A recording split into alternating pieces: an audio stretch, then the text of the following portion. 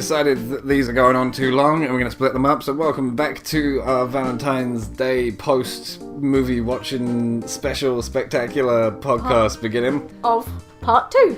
So let's start this one off with the Leonardo Dicaprio classic. Understated masterpiece. Romeo plus Juliet. So I was 3 when this came out, but you were of an age where you could understand. Yes. So I was 11 when this came out. I think I was 12 when I first saw it because I wasn't able to go to the cinema. I don't think I was quite old enough for that. But I rented it when it first came out. But I had been obsessed with seeing this film for about a year prior to that. The CD was on repeat of the soundtrack, which I still think is one of the coolest soundtracks ever. And I had the poster on my wall for... I'm embarrassed to admit how long. A long time. A long time. It's still up on one of these walls somewhere, I'm sure. I want to put it up again, don't even tempt me. Get the baby face Leo. I've seen it again now. Who is a Leo I really hate. Oh, how can you hate Leo? Little Leo. I love Big Leo. Big Leo is great. But Little Leo is an annoying little snarky shit. That's what we love about him. I'm not going to allow anything negative to be said about Leonardo Dicaprio throughout this, you know that, right? I mean, then this is going to be a long podcast, but so we watched it. I probably hadn't seen it in a good 8 years or so. You reckon yours was longer? Yeah, I think mine was about 10. I eventually grew out of it. But this was, I forgot how immediately trash it reveals itself to be. Oh yeah, there's under no illusion within the first 20 seconds you know what you're letting yourself in for. Well, something I had forgotten is this movie starts with a trailer for itself. It takes like all the best moments and puts them over like a punchy soundtrack bit, and then the movie starts. It's like the modern version of like the YouTube skippable ad trailers. Yeah. Where it's like boom, boom, boom, pff, and now the trailer. See how ahead of his time Lemon was? Well, yeah, let's talk about Baz Luhrmann, a very eccentric Australian man. Have you ever heard Don't Forget to Wear Sunscreen? Heard/seen? Yes, I owned it because You I was owned that it. obsessed. We owned it in my house. It was there. Which is it's a great little track/music video, but it does explain a lot of Baz Luhrmann's let's call them cinematic styles, traits, faults, because he does just want to make music videos for the most part, it seems, and make them an hour and a half to 2 hours long. And really over the top. So Right. over the top. I mean, I love all of that. Like, I'm sorry. This movie, like, it doesn't really bear fucking, like, there's no point in recounting the plot. I'd like to think not. Everyone knows what happens in Romeo and Juliet. There's nothing changed, including the language, which I also loved. Well, there was plenty changed. Or plenty translated, shall we say. Yeah, translated. I still do feel that it's not great at actually telling the story of Romeo and Juliet. I suppose it depends on, like, they were aiming it at teenagers. There was, like, Shakespeare had a resurgence in the late 90s beginning with this. And then they did O, which was, like, the most awful film ever, I remember. But they also did fucking, like, there was a knack anyway for adapting classic literature into more modern stylings. Like, you have Clueless, you have fucking... Clueless isn't Shakespeare. And that's why I changed it to classic literature. No, I know, but Shakespeare had kind of... Jane Austen, yeah, because of Pride and Prejudice, the TV programme, and things like that, had never really gone out of consciousness, to be honest. But Shakespeare, I feel like, had, and it was considered old and fussy, and no one wanted to hear it. And then as soon as this came out and they put Leonardo DiCaprio and guns in it, People lost their shit. But you say it had fallen out of common consciousness, but like everyone still fucking knows it at the same time. And I was trying to imagine watching it this time if I'd never heard of Romeo and Juliet or what the fuck was going on. And even as an adult, I feel like I'd have had trouble following it in this film. I can see where you're coming from, but I just get blinded by the love. No, but I can see where you're coming from. It is difficult to kind of... It's because he just uses such choppy camera work as well. Everything in this film is dialed up to 12. You know, like it goes straight past 11. And it hits like numbers beyond that on a scale of 10. I made a lot of notes for this one. But I'll go on less like specific, more all over kind of stuff first. It's just so trash. Yeah. It's the only word I can really use to describe it. I think the best way is because they are meant to be trashy people.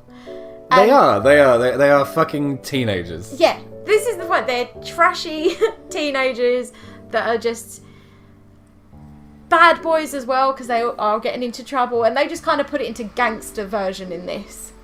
But like not even like good gangster. No, just like wannabe gangsters. Yeah, like these aren't your Tarantino gangsters. No. These are your who's a good gangster? I don't know. Who's a good representation for the this? gangster world. I'm not sure. They're not gangsters. They're basically like posh boys because they've all got money in this. They're all they're just like wannabes. They're like the Trump kids. Yeah, basically. That is what they are. They are the Trump kids. But this movie is such a weird fucking take because one of my earliest notes was about how off Shakespeare sounds with American accents. Yeah. My father. I didn't find that too hard to kind of grasp with, to be honest.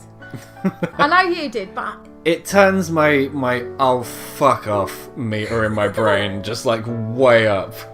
See, we obviously have completely different views because there was one scene where there was this poor kid who only has one line. He's in it throughout, and I can't remember what his name is. Is the one that actually goes and tells him that Juliet's dead, and that's really bad that I can't remember the character's name. Yeah.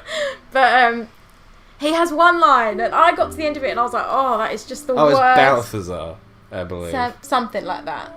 And I was like, that was just the worst delivery in the whole thing. And you were like, I thought that was the best. Yeah, it was the most, like, earnest, real, I can picture this fucking person / character actually saying these lines within the context of this fucking movie. Where everyone else is, like, chewing through the scenery. They're not just chewing on it, they are, like, literally obliterating it with their teeth. This is Actors Unleashed. It just, the direction was just like, no, that was good, but just dial it up 100. Inside the actor's padded studio. It's horrifying. And it made all the worse by the casting of young Leonardo Dicaprio. A note I definitely remember making later is he really knoweth how to fucking shout his dialogue. That was one of young Leonardo DiCaprio's famous acting traits. Yes. If you can't act, shout it. It's horrible. It really, it kills the movie. I don't know. I can't see past just loving this so much when I was younger. That I forgive all flaws. I know he's terrible, but it was good for the time. Can you imagine if he was still fucking doing that, now? In Inception, just in, shouts. Fucking Candy, Just any of his later films, really. Exactly. I want to know where the point was that stopped. I don't... Man in the Iron Mask. No, it was later than fucking that. Do you think? He can't act up until, it's... I'd say it's relatively recent. I'd say, like, because he's still not amazing. He's even in, like, the Scorsese movies he did. Oh, The and shit. Departed. And I think The Departed, it was pretty good. Maybe that was the... That was probably where he learned to act, because post then, you get your fucking Inceptions, you get your fucking Django's, you get your fucking, like, all the Tarantino work he's doing, and fucking Wolf of Wall Street. And it's gone up a notch. Yeah. It's definitely like he's learned to act as well as being pretty. Which he's pretty. I'm not going to take away. I think there is little Leo and big Leo. There In are. my mind, they are too, because you've just said Wolf of Wall Street and it's blown my mind. I know it's the same, but that's actually blown my mind. This Leo DiCaprio is the same Leo DiCaprio that was in Wolf of Wall Street. Well, it's not. They swapped him out somewhere along the line. Yeah, it's like fucking Paul McCartney. And like with the bare shoes on the fucking Abbey Road album cover. Yeah. And at some point, a young Leo OD'd on his own jizz. And they brought in old Leo. Replacement Leo. Yeah. And from here on, he's been doing a cracking job. Leo 2.0. But some of the fucking performance, I didn't even give Leonardo DiCaprio one of his own because I already knew it was going to be fucking bad. Oh, can we? Part of my notes that like Jesus Christ, Baz was one because oh my god, Baz Luhrmann, what were you thinking? But I also have Jesus Christ John and also Jesus fucking Christ Paul. He's the best acting in this whole film. Like, so let's start with John. Like, was He's the first one out of the two that appears. He is the first fucking thing that really lets you know what the fuck you are watching in this movie. He strides. There's the scene at the gas station. Yep. Where you get the first confrontation between the Capulets and the Montague boys. The boys. And he strides out of his fucking. I can't remember if it's an SUV or a sports car. One of the two. I think it's something like that, and the other ones are in convertibles. Yeah. So he strides out. Or is it the blue? Is it the blue fucking car? I think it's the blue car. No, I thought the other ones were in the blue convertible. Yeah. So he strides out of his fucking car with these, like... boots. Cowboy boots with heels with their own Foley artist, like... I mean, he is a teeny tiny man. He needed the heels. He may have needed the heels. Click. Did he need them to make sound effects? Yes. Like... Yeah, you needed to make sure you knew he was coming. Entirely disapparately from whether they're actually touching the ground or not. These things are clinking, they're clanking. It's like he's wearing fucking spurs. Which he's not, for the record. He strides out, and then he has this facial hair, which can only be described as having been, like, applied with a chocolate squirty nozzle. The icing. Yeah. Like, that's all I can see is someone's gotten one of the, It like... is perfection. Perfection it's sharp. is... It is like it's made of Play-Doh. It probably was. I don't think there was a great budget for this movie. Are you shitting me? That was a guess. I don't know what the budget was. I imagine it was a lot. And that's to speak nothing of the incredibly awkward, massive Virgin Mary statue inserts. Everywhere. Well, no, because there's the big one, right? And, like, all of the shots of that are so badly done CGI. Like, yeah.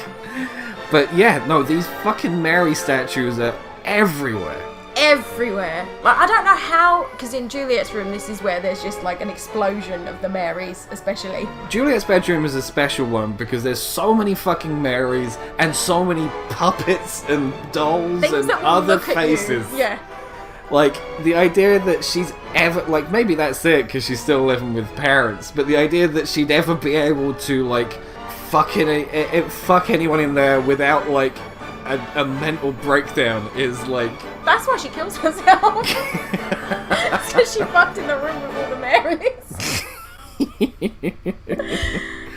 There's just so many things staring at you. Like, it's just, creepy. Yeah, it's unsettling. But even outside of her room, throughout all of fair Verona, California. Verona Beach.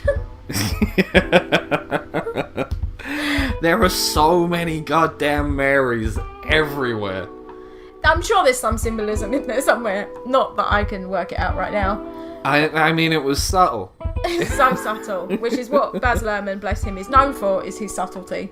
Speaking of subtlety, let's get back to John. Yes, we got sidetracked. John, we got to the Spurs that aren't Spurs. Yeah, but he is dressed to the fucking nines if the nines were like out of 100. But it is so gaudy. It's like, who's the fucking clothing designer? For which one? The gaudiest fucking one. Oh, Donatella Versace? Oh no, Ed Hardy. It's like Ed Hardy designed his life. He may have been the costume designer. And it's such a look. I think there might even be a Virgin Mary on his waistcoat.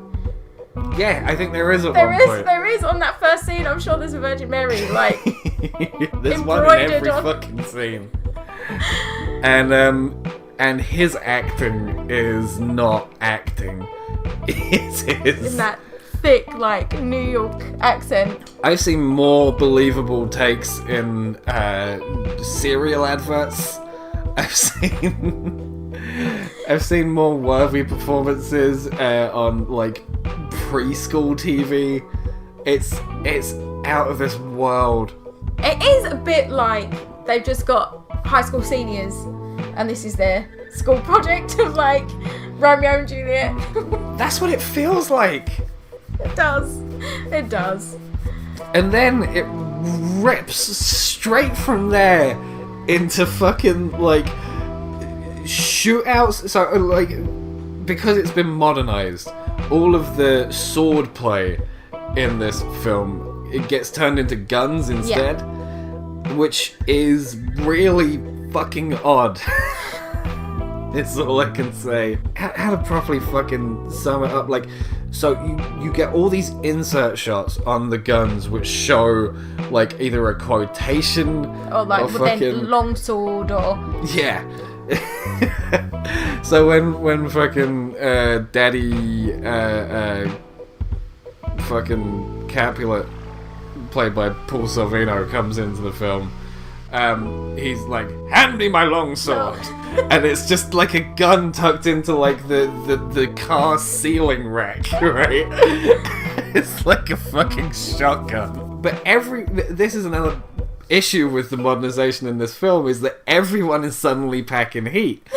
So the little dagger that Juliet has suddenly is a little fucking like pea shooter. Little gun. She just pulls out from under her like coat at one point. Everyone is fucking packing heat, and it makes it such a strange world to be in.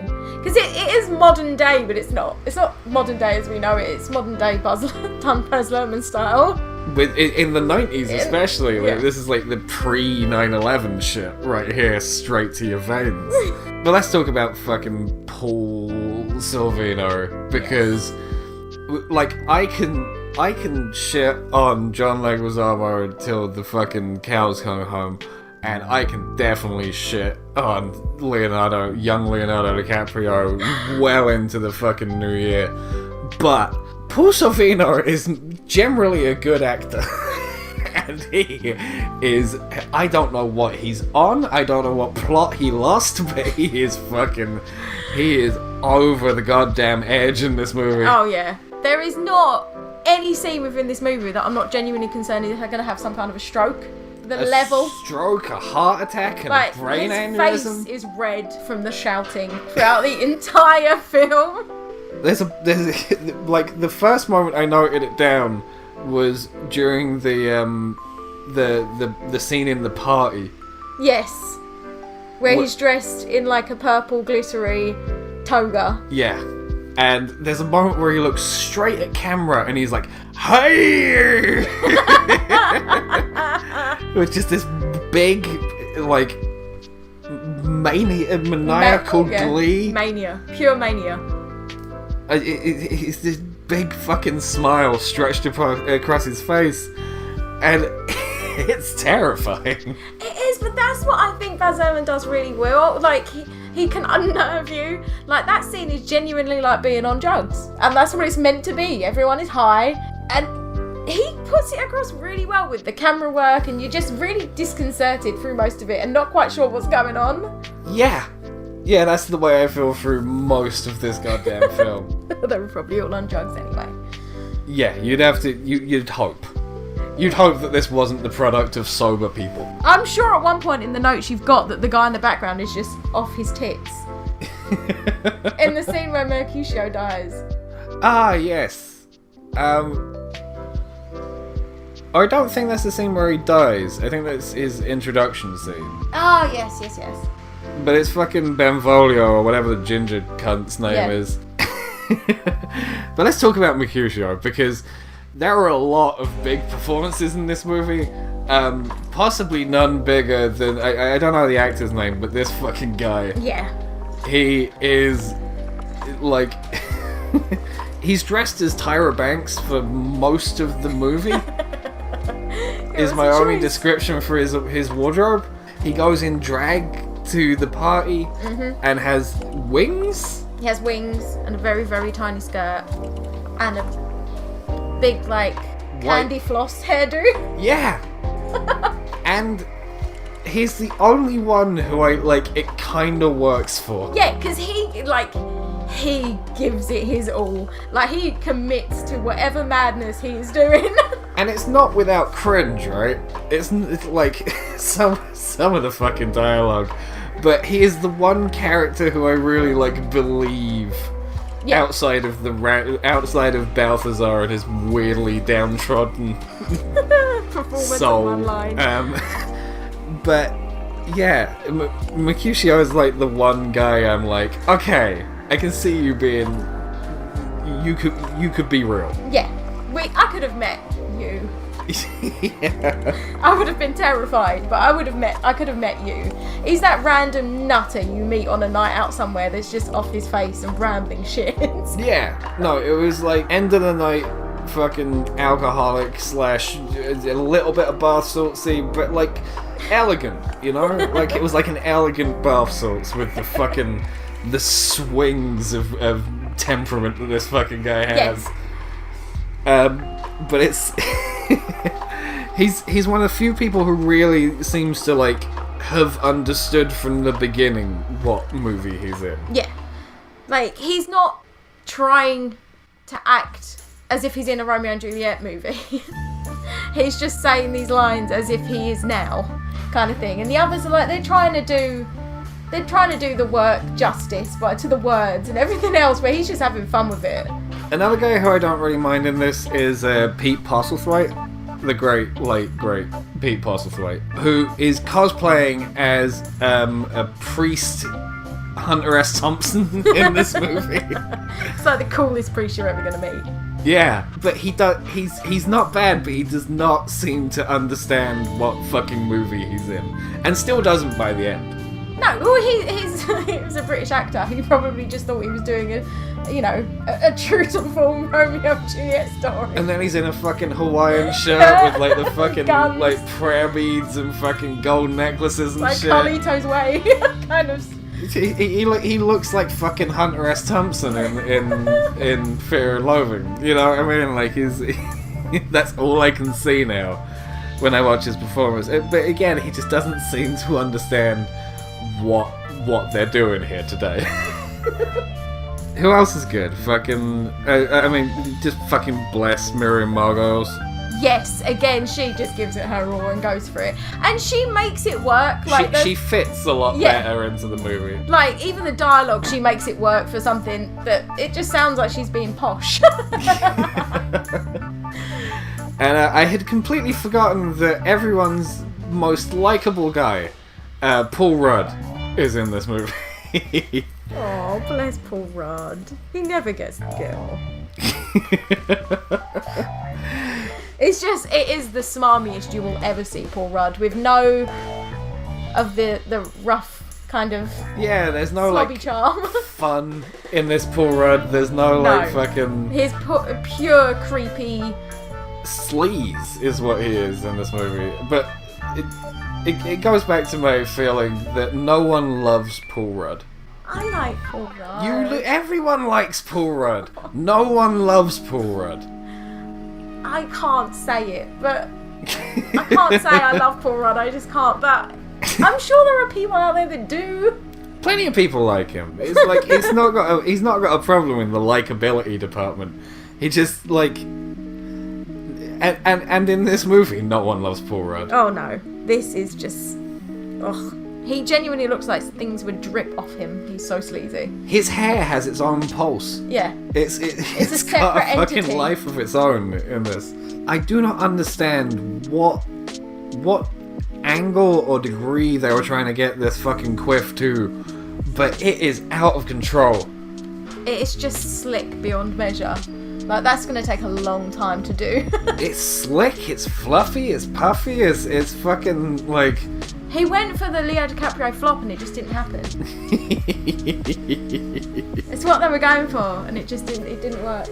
But let's just start going through the notes proper. Biting thumbs never really caught on. No. I'm sure it was an insult to somebody somewhere. This is an insult to Shakespeare mainly, but it's the you say biting thumbs to me, I instantly think Romeo and Juliet and literally nothing else. And I bite my thumb at thee. I bite my thumb at you, sir. What? I bite my thumb, but I do not bite my thumb at you, sir. Oh god, yeah, going back to the opening, that is like really the moment where you're like, what the fuck is going on here? Okay. Because it's after they've had the newsreader lady given the intro spiel and the bookending of the fucking tiny TV on the screen with the newsreading lady just fucking given like the prologue and epilogue is just it's not the funniest fucking thing in this movie, but it's up there. I can't decide if I like it genuinely or not, or if I'm just so you love it in its irony pure, steeped. Yeah, you're like, I love it for that reason. I love it with pure, genuine, heartfelt love. It's one of the better choices in this film. It's so tacky, but I love it all. Like just the beginning part with the TV. I'm like. My next note is the first few people to show up cogently in the story, so like excluding the newsreading lady and basically everyone in the trailer for itself, Beethoven or Mozart, whoever fucking wrote that bit, like all of that. Once you get to the gas station, everyone who shows up like actually in the story from that point, they all look like fucking Crazy Taxi characters. Yes. They all have this fucking very 90s Sega fucking, like... Oh, no, I've just remembered what it reminds me of. Grand Theft Auto. Yeah. Yeah, another good pull. But like fucking Vice City. Yeah, literally. They're not the fucking cool, gritty, like, no, the cheesy camp one. Yeah. And it, like, the fashion throughout this movie, I know we've talked about a couple people, mainly fucking John. But everyone is dressed ridiculously. Like, I don't know what fucking Leo. What Romeo's. Oh yeah, it's a knight, isn't it? But yes, it's the way he has like the removable outer armor, so that in between he can look like a medieval age NSYNC member. And then he can just put it on when he wants to toughen up. When he wants to be the knight. Yeah. And his Hawaiian shirts. They love a Hawaiian shirt in this film. There's the one in the chapel that I genuinely thought had pizza slices all over it. You did. I was like, no, it's not pizza. No, it's just flowers or stars or some shit. But no, from a distance, it really does look like he's just strode into church with a pizza shirt. Yeah.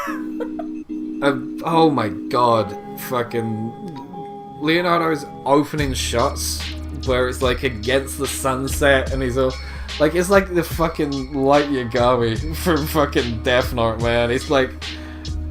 He truly is the Light Yagami of being a fucking annoying teenage cunt. No one can get it's the hair. Like, that fall of hair is just perfection. Like, that was honestly... What I think I said to you later is like... it was just like every teenager's girl's worst dream. Like, he looks... It's perfection. And it's impactful, that first scene. That backdrop and everything. I don't think you understand the impact. It impacts nothing.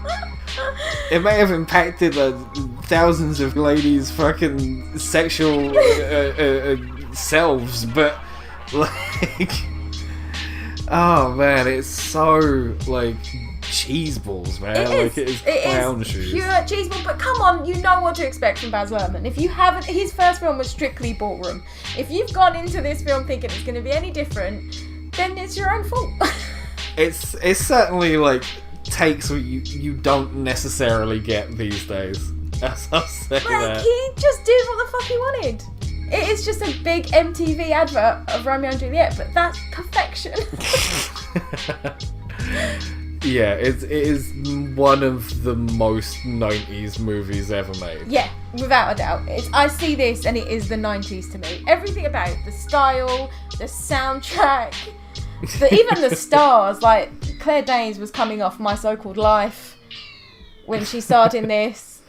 Speaking of Claire Danes, like, she's one of the most forgettable parts in this film, yeah. I think. But I did have one note concerning her. There is no fucking way she came out of Paul Sorvino's balls. Like, those two people did not... Paul Sorvino could not make a Claire Danes. No. There is no chance at all. Miriam Margolyes could have come out of Paul Sorvino's balls. Yeah, but like full size. Literally just came out. She could have gotten lost up there. And... But yeah, Claire Danes, not a chance. No. Just a delicate flower of a girl. They are just... It's so horrifying when you take, like, the part of the story that would have been realistic in 15th century and take it to 20th century. It's just, her parents are shits. Her parents are horrible. Juliet's parents are the worst. Everyone's the worst in this movie. There's a competitive fight for the worst in this movie. Also on Paul Sorvino, one of my other notes was Paul Sorvino makes Paul Rudd look like a tiny Paul. Big Paul, little Paul. There's just a shot where they're stood next to each other, and I've never really considered either how big Paul Sorvino might be in real life or how small Paul Rudd might be in real life. But I see why he's Ant-Man now. Yeah. They just picked the smallest one possible to make it easy in post-production. I didn't think he was a small Paul. I don't think he is a small Paul. I think Big Paul is just a big Paul. Like, he looks like that in Goodfellas. He makes Ray Liotta look tiny. But, like, I don't think Ray Liotta's that tall, though. That's why they put him next to fucking Joe Pesci on movies, so you think he's, like... normal size. It's basically, like, it's Lord of the Rings, but with gangsters. They've just used forced perspective on you to make you think... But maybe Paul Sorvino is just that a genuinely big. Tall man. So many goddamn whip pans. Going back to the style. If you are an easily nauseous person, do not revisit this fucking movie. Oh yeah, no, it will make you seasick. The camera moves are just so sharp and jagged and quick. It's disconcerting. I don't think it stops moving at any moment. No. Either you have like a cut that is like under a second long, in which case maybe they've got it stood still. But in between those, it's just constantly... I'm sure there's a moment where it like reaches the end of where it was going and starts to move back for absolutely no reason in this movie. I may be wrong, but I think at the time he came out and said like it didn't stop. That was his point of this. It was always continuously moving. Why? I don't know. That needs to be... You need to have more of a reason than that. Speaking of feeling like you're constantly moving, there is a moment we briefly brought it up earlier. Mercutio's, like, introduction. Yeah, so they're all getting ready for the party. There's two guys dressed as Vikings. Mercutio's getting dressed, and Benvolio is sat watching Mercutio essentially just, like, fucking monologue to two people. Yeah, and have, like, a just drug-induced monologue.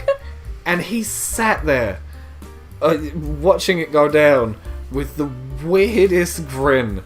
And he can only be on, like, fucking X amount of drugs to make that happen. Like, he is sat there, spaced out of his goddamn little mind, dressed as a monk. Loving life. I want to know what he was on, or, like, what the actor was genuinely on at that point, because he's so elated. Yeah. We need some of that in 2021. We all need that.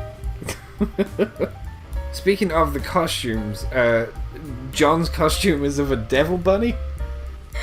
Devil bunny, yeah. The placement of those horns is something I have never seen outside of, like, fucking cute Twinkie, like, fucking Halloween candy. Yeah. It does look. He's dressed not like Halloween Twinkies, candy. like Twinks, like your little fucking scrawny gay fellas. Yeah, no, I know what you mean. But he looks. He's dressed like a little Halloween candy devil. He is. He looks like the dean in fucking Community when he comes in as the so devil. Over the top. It's a lot. And then under that I had written the note, John's permanent costume is of a cigarette-selling snake handler, which is another great way to describe his usual look in this film. Just all the way through. Never lets up. This man loves a waistcoat.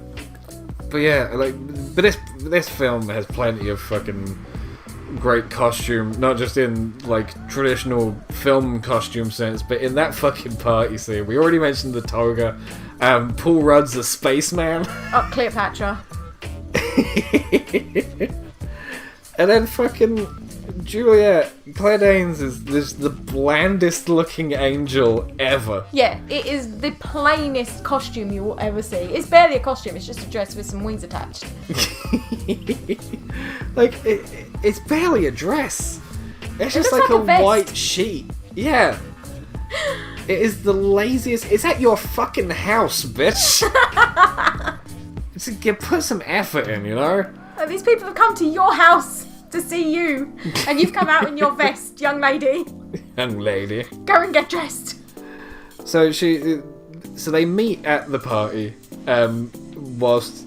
there is one moment where I cannot help but feel it every time I see it, but it looks like young Leo has crawled into the fish tank between scenes, or like between cuts, because you're with Romeo and he's in the bathroom at the party or some shit. Yeah. And they have a fish tank between the men's room and the ladies' room, I guess. Yeah, which I'm not really seeing why you would do that, but okay.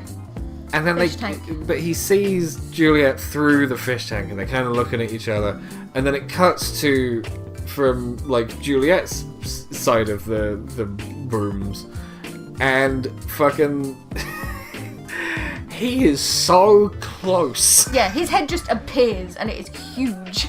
And it looks like every time I see this film I think he's in the fish tank. He probably was in the fish tank. It may have been In a the stylistic original choice. scene, yeah, in the original scene he was just laying in the fish tank when they first met. He does look incredibly wet during this film. I mean, that's explained because he does wet himself. But he's wet constantly. Oh God, he is! There's never a point where he looks dry. Especially in their first meetings. No, he's always wet. He's always in water. But so they meet, and then Juliet gets snatched away to go... Dance with an oily-looking Paul Rudd. An oily spaceman, Paul Rudd. And so he grabs her away, and they go into they sneak into the lift, into the elevator to kiss. But it grabs me every time I fucking watch this. they do not then wait for the doors to close. And I can't tell if the point is that they're so overcome. Yeah, maybe they're so like enraptured with each other that they just cannot wait and they have to, or are they just the dumbest fucking kids? I'm gonna say this: they're the dumbest fucking kids. Like, if you have made the effort to get away, yeah, the split second, you can wait the split second. So then there's like they get whisked away from each other. I think it's when the Montagues all get thrown out, right? Yeah, they've all been spotted. They know they have to leave, basically. And Juliet gets whisked away upstairs, and Romeo stood there, and he's like, "Is she a Capulet?" Which, when you have snuck into the fucking Capulet ball in the Capulet house, is a mighty dumb fucking question, my friend. Yeah. Like, you have a bit of a cheek to be asking that, because 99% of the chances the people there, yeah, they're going to be Capulets. It's like you're getting arrested, and as you're being fucking, like, driven away in the police car, you're like, were they officers? Were they police? So then, after that, he bails out of the car, and then he sneaks back into the Capulet very house. easily, might I add, despite the amount of guards with guns. He basically just hops the fence. And guns with names, no less. Yeah, so he doubles back, and like it just hit me. Like, we've seen this gag done so many times, right? Usually as a fucking reference to this. There's a couple of other balcony scenes. Was creeping under people's property ever not really fucking weird socially, or like? It's romantic that he's broken into my home. That's it, man. Like, he's in the grounds, but even just like waiting outside people's shit and being like, ooh, I'm in love with the person who doesn't know I'm here. He's peeker. He's just he's a peeping Tom, basically. Basically, he's this peeping Romeo shit. Which brings me to my next point, my next note, which you said. Yes. Very outspokenly, Romeo is a fuckboy. He is. He is. Can we just point this out? He spends the entire first, 20 minutes of this movie talking about fucking Rosalind, how he can't live without her and he's suicidal. One fucking peek through a fish tank. And that's it. Rosalind's forgotten. And let's jump ahead as well a little here, because this is the most melodramatic shit. Oh, yeah. Like, I know melodrama is a term that gets thrown around a lot these days, but these cunts it's the Notting Hill thing. These cunts have known each other for 2 days at tops. And No, I don't think there's even 2 days on this one. I know! I think a total of maybe 45 minutes. And that's it. Boom. They have a little dip in a pool and suddenly, oof, give me that fucking poison. I mean, 1997, me would definitely have married Leonardo Dicaprio if he'd have dipped me in a pool.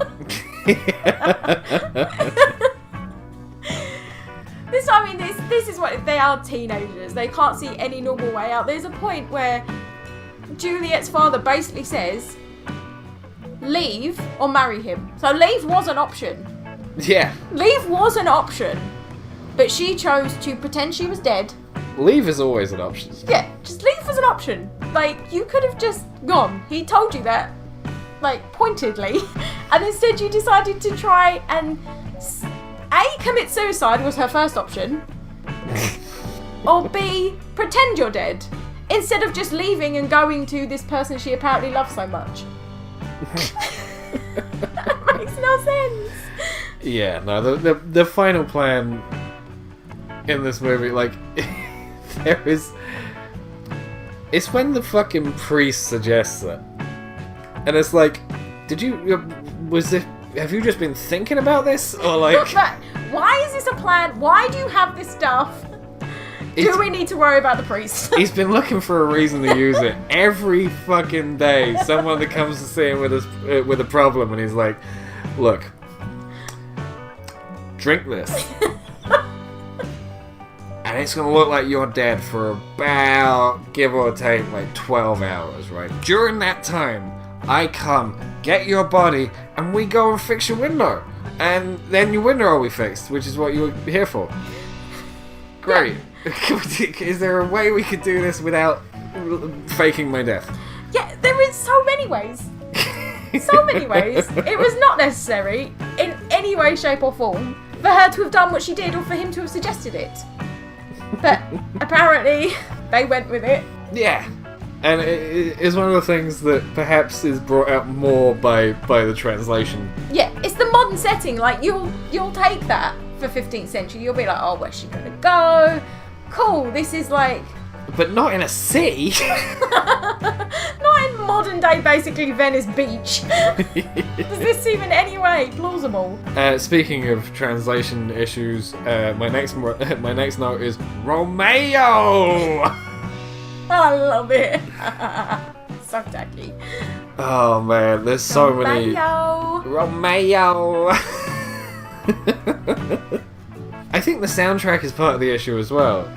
Because I understand that there's a lot of pop hits of '96 on there, but it does not make the very limiting dialogue that these poor dumb fucking American actors are having to try and like recite. Struggle right? with. But you can't take it seriously. No, I mean, Or not even take it seriously, but you can't like. There is no suspension of disbelief big enough for this movie. No, that's the thing. I can see what he was going for, but the translation at points is just like, it doesn't work with the setting that you've given it. Romeo! Being case in point. And speaking of tackiness, the fucking... Like, we'll talk about the set design and decor of all of these fucking people. But let's start with the chapel. Because it's like a cross between something you'd find in Vegas and the weird one at the end of Brazil in like a future It's a lot. dystopia. Where these choir children are always on hand to sing Prince ballads. They are! Always. They never go home. Drop They off have a no fucking homes. hat. Like, the amount of random choir children who are at the secret wedding is ridiculous. Yeah, to the point where in the last scene of this movie, which is back in the church, I originally thought some of the lights at the back were choir children. Yeah. I was like... They've got like drapes or something. Yeah, and I was like, it's very similar. Are the kids back? They don't need to witness this. None of them stepped in. Just like, Just left them to it. we're not in the books, so I guess we can't do anything. Just gonna wait this one out. Like everyone's decor. You know what the fucking set design in this film reminded me of? Like all the wives' houses in Goodfellas. Yeah, this was very like Carlito's Way. Reminded me of that, or yeah, that kind of Miami coke dealer type vibe. That's all everyone has is this Trumpian fucking like. About half of them probably have gold toilets. Yeah. My next fucking note it's like someone put Shakespeare through a Spy Kids filter. Because that's what it feels like. It's got the fucking the energetic dynamism of a Rodriguez movie with no idea why it has it. Or what to do with it. Yeah. There's a lot of just insanity with regard to fucking choices. Like, not completely fucked, but there's a lot that gets very strange. So there's a point where fucking John clicks. Yeah. Which is a signal for his fucking his co-gang member who does a lot of cat hissing. That's his character trait, apparently. But so he walks over, takes John's gun out of its holster. You can tell we're English. Takes fucking. He empties the fucking cartridge. Single-handedly, like, pops all of the bullets out except one. Or is it all of them, or is it except one? Anyway, does most of them at least. Pops it back in the fucking gun, And then I think puts the gun in his hand and is like, you had a signal worked out? You already planned this? It's just very silly. And then he starts talking in fucking poems. I mean, they were all talking in poems, to be fair. Yeah, I mean, one of my notes is tonight on E4, Poetry Cop. It's like someone took an Adult Swim sketch and blew it up to have a budget of 100 million and a runtime of 2 hours. Don't say such blasphemy. I like Romeo and Juliet. I like Adult Swim, so I guess we're even. Like it's like a joke movie. It's like something that someone was dared to make on a bet, and it just, like the Greasy Strangler or like fucking Kentucky Fried Movie or like one of these fucking or Movie 43, something you really can't properly explain, but it's still there and it still exists, and you have to just kind of mentally try and work backwards from it. Let's get back into the acting. Well, one of my notes is this peak young Leo shouty bad act bullshit. Which we've already covered. And then literally like fucking 6 notes later I wrote shouty McFucking shout face. I don't know if I'd like this movie more without a young Leo in it.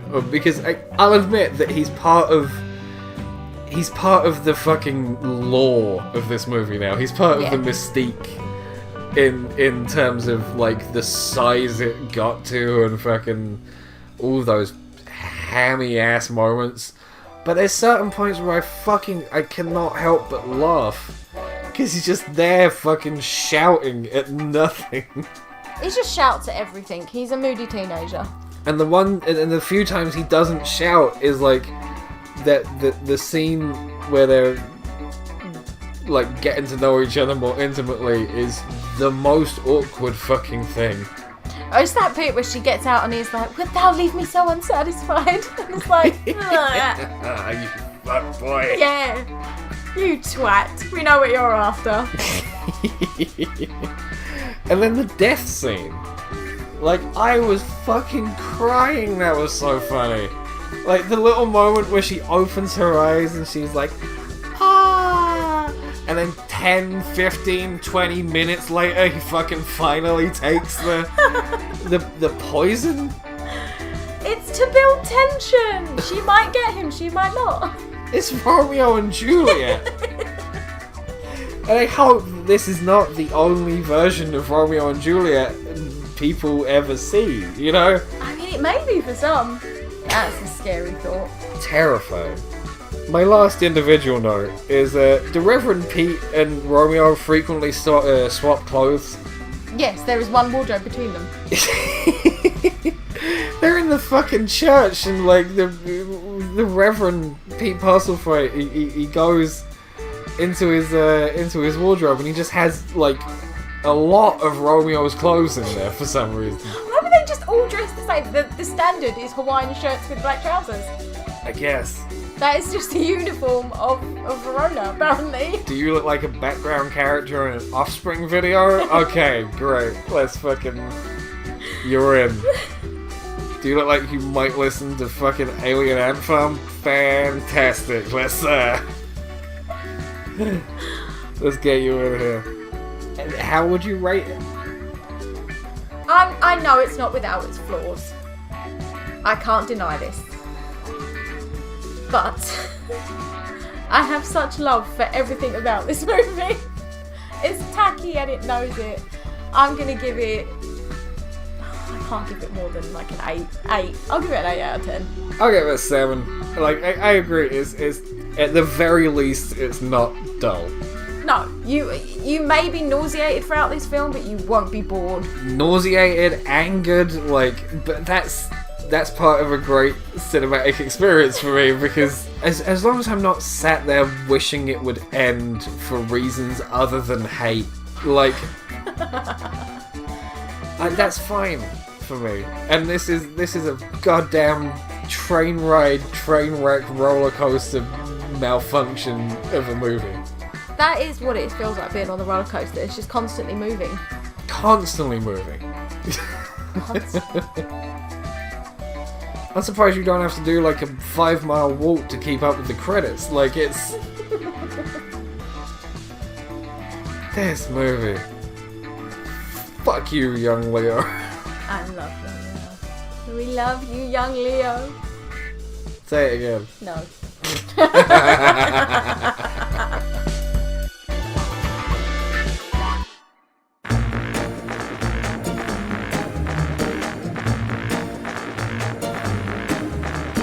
Hi all, thank you again for watching or listening, whichever was your preference. Be sure to check out the full episode. In the description box are all the links, and we will see you again soon. Bye!